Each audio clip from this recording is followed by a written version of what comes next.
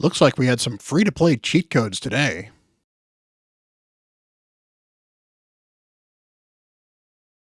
Hello, everyone. Bront, CatHerder here. We're having some fun talking Raid Shadow Legends, and we are here because I had a particularly good day on the free-to-play account, so I wanted to give you a little bit of an update. These will probably start tapering off because these early days are really where you make huge strides and kind of set up the account before you start kind of cruising along a little bit. But today, Polarium actually made a deal with Samsung, and in fact, they announced it officially. But if you log in with a Samsung Galaxy device through Raid using the Samsung Galaxy Store, so you have to go in through the Samsung Store, download Raid, and log into any account, and you can in fair log out and log back into different accounts to do this, you can get this wonderful gift right here. And this is a cheat code for early game free to plays. Now, apparently, this is a limited time deal till the 15th of January, just announcing that it's actually on the Play Store in the first place or on the Google Store, Galaxy Store, whatever it is. It is not on every device. I have an older tablet where it was actually not available, where I actually could not download Raid at all, which was a little frustrating. Fortunately, my phone is also a Galaxy device, so I was able to download it onto my phone and log in and get this gift. And with that 5-star chicken, I was able to make my first 6-star. I decided to go with Kale as my first 6-star. And overall, my thinking on this was, as a campaign farmer, while Monkey King can certainly do an awful lot of damage, the fact that Kale gets turn meter boost from this ability when he nukes means that as a campaign farmer, he is lapping the other team very regularly when he's killing people with this acid rain. And that's one of the reasons that Kale is possibly the best starter champion, because I believe he's the only starter that gets this turn meter boost on his any AoE skill, let alone the fact he's got all these poisons, which are great in Clan Boss. So I'd already bought his masteries, and so these are the masteries I did go with him. In fact, let me remove myself from the camera here.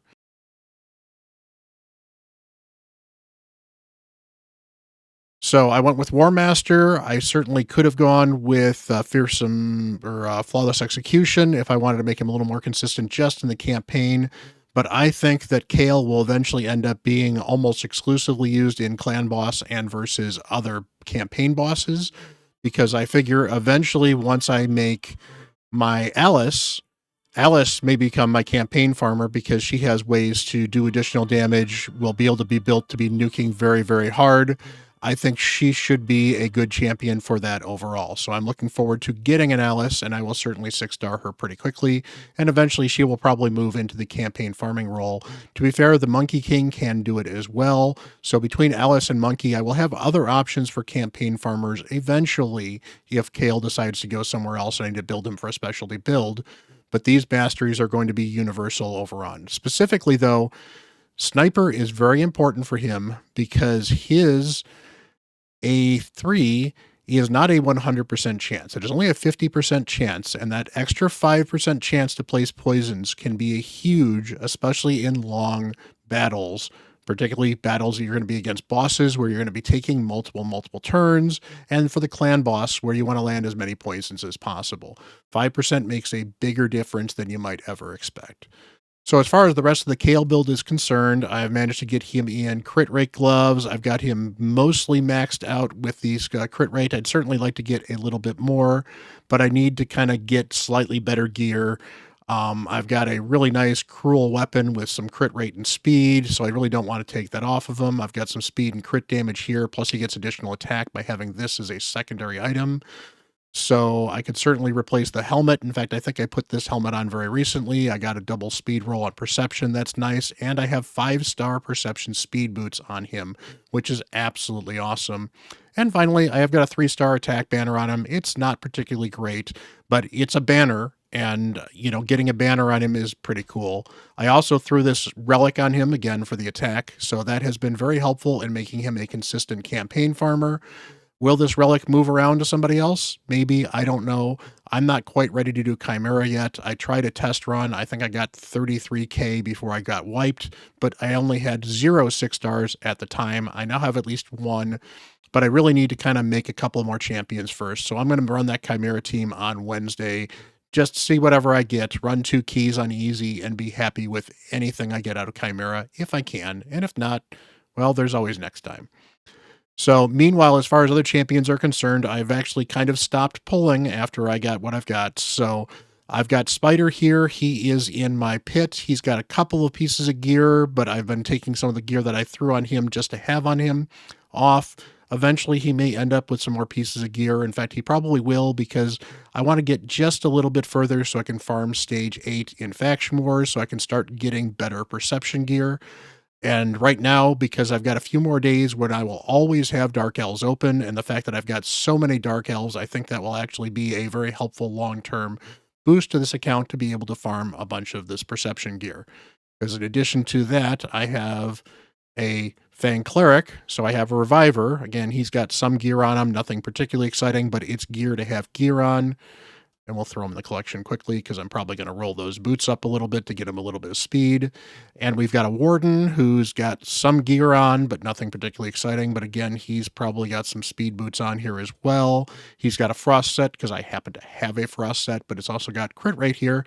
And since he's a damage dealer, I might as well get some crit on him as well. So I've got quite a few Dark Elves, so I should be able to go particularly far in the Dark Elves faction wars right now, so I might as well take advantage of that while I can. Meanwhile, I've got the Frozen Banshee built. She's just kind of in whatever gear I could make sense. I've got Ugo, finally is very, very fast. Now she is, again, unfortunately, slightly slower than my Kale. I really want to replace these 3-star speed boots. As you'll notice, she used to be in Relentless gear. She is no longer in Relentless gear. She's actually in 4-piece Pinpoint, which is cool and unique, but she doesn't need to be. I certainly would like to get better speed boots here, and it's really a matter of just getting the speed boots and having the silver to roll them up so that they are faster than what these speed boots are in the first place. Overall, I want to talk a little bit about my plan for why I started the account the way I did and what I'm going to be do for. Overall, I want to talk a little bit about why I started the account the way I did, why I chose Sun Wukong, and what my general plans are going forward. I know I've kind of breezed through where I'm at with this account. Let's kind of talk a little bit, slow it down, and actually talk about what my plans are. So specifically, I decided I wanted to go with Sun Wukong because Sun Wukong adds an awful lot of value in Arena. This aura that he gets here, the speed aura, 28% in battles, is huge for helping you go first early on. And go first is one of the easiest ways to farm Arena very early on. Now, my Sun Wukong himself is actually kind of slow because I'd like better gear on him. I need to roll some of the gear up. But overall, he's got an okay build. He does some decent nukage damage. But I don't need to invest anything in him otherwise. I need gear. I'd like to ascend him. He's got masteries already, and that's probably where it's going to end. You know, yes, I'd like this cooldown, I'd like this extra damage, but I don't need it to have a 100% strip with block buffs. He's already got that. I don't need it for a 100% sheep. He's already got that. I don't need it for a 25% chance up to a 50% chance in stun. He's already got that. Certainly I could get this to a 50%, 75% if they have buffs. That would be great, but I don't need it. So I can keep him unbooked for quite a long time until I get at least my next first Lego to see who is going to be more important to book. And then maybe I'm going to invest in Sun Wukong. But I also think as an account that, yes, I'm only going to be working on it for maybe 90 days, but at some point in time, I'm probably going to give this account to somebody else. I'll probably give it away. In fact, I'll probably give it away in April, which will be my 3-year anniversary for streaming and basically 1 year of diving into YouTube pretty heavily. So that'd be a good time to give it away. And it'll be hopefully a good account that gets somebody started off right. And Sun Wukong is going to be harder to get than any epic I might have been able to pull otherwise. So will it set me behind in some of the content? Maybe. But I'm going to be leaning on the fact that I'm going to be dominating in Arena, especially with Alice and now Sun Wukong. And Ugo is actually really good in Arena, and Tagore has actually been pretty solid for me so far as well. And once Ugo is no longer the best champion for this, so I get a speed lead champion, then that speed lead champion will be helpful as well. So once I get High Katoon will probably go in for an Ugo, and I will have Alice, Sun Wukong, Tagore, and High Katoon, which will give me a double speed boost team with double nukers. Should be a very good arena team to just farm medals as fast as possible. And farming those medals will help me advance this account significantly faster. Will it kind of cost me in Clan Boss? Maybe, but I got really lucky in pulling a Frozen Banshee. So Frozen Banshee is going to help me in Clan Boss a lot more than I would have expected.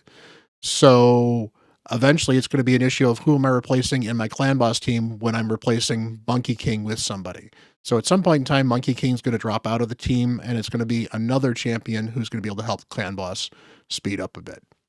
As far as Clan Boss is concerned, you can see here on the easy key, I've done 5.3 million. This is the first key I've ran since I 6-starred Kale. I'm actually hoping I might be able to 1-key normal. Here, we have just changed the clans. So I went from the clan I was in beforehand to I am now in the Queen of Hearts clan. We actually have an official content creator, Queen of Hearts clan. So do not apply to this. This is only for the official content creators. So I cannot have the other guys join this, but we're going to start out in this in a moment. We're going to hopefully be a good clan and hopefully get a chance to get into CVC and get some extra free resources there. That is going to be a bit questionable because I don't know if we qualified before this Monday. Plus, I can't even see the tournament for CVC until this novice tournament clears. Now, I did come in second on this novice tournament, which was very helpful. Those gems are great, much better than the book. But we'll find out if we get through CVC. And if we get to CVC, that's going to be great because any free resources I get from CVC are going to be absolutely amazing. So one of the other things I have been pushing early on is I've been pushing the Arbiter missions. In fact, you can see here, I've got this dungeon mission done here, and I've got this one done here. So now I need to clear some Spider's Den 5 or harder. I have not pushed Spider much, so that'll be kind of fun. But I just need to do it 5 times. That should be pretty easy. Get all the way here to deal 1 million damage to the Demon Lord. Well, I know I can do that. So I want to get this done first. Then I can get this one done. Then I can ascend a champion to level 5 of Ascension. That's probably going to slow me down just a little bit, but I think I can probably grind that out. Then I get the 50 champions, defeat 50 champions arena. That's going to take a little bit of time. So getting to this one, that's good. Now I'm a little bit time gated, so I can kind of use my resources to start grinding up my next 6-star, or perhaps making 2 additional 5 stars. And that's, I think, what I'm probably going to be doing. I would like to get Tagore to 5-star. I think it would help him both in tankability as well as just overall usefulness.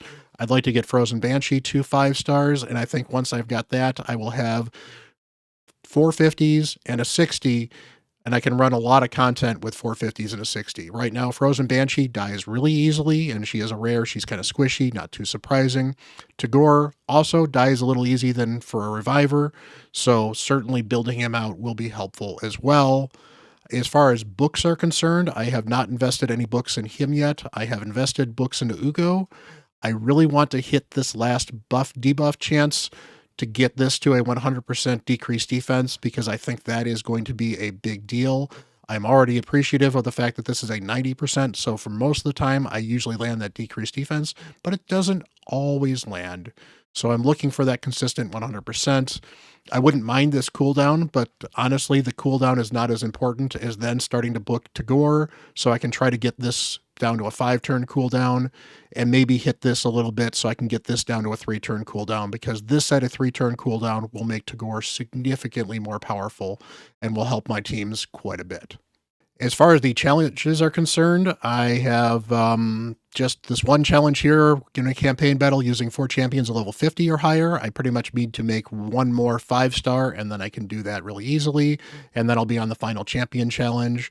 On the artifact challenge, I'm looking to reach 30k HP. I can certainly figure out if I can maybe adjust one of my champions' gear, maybe put HP boots on them that I can roll up just to get this done.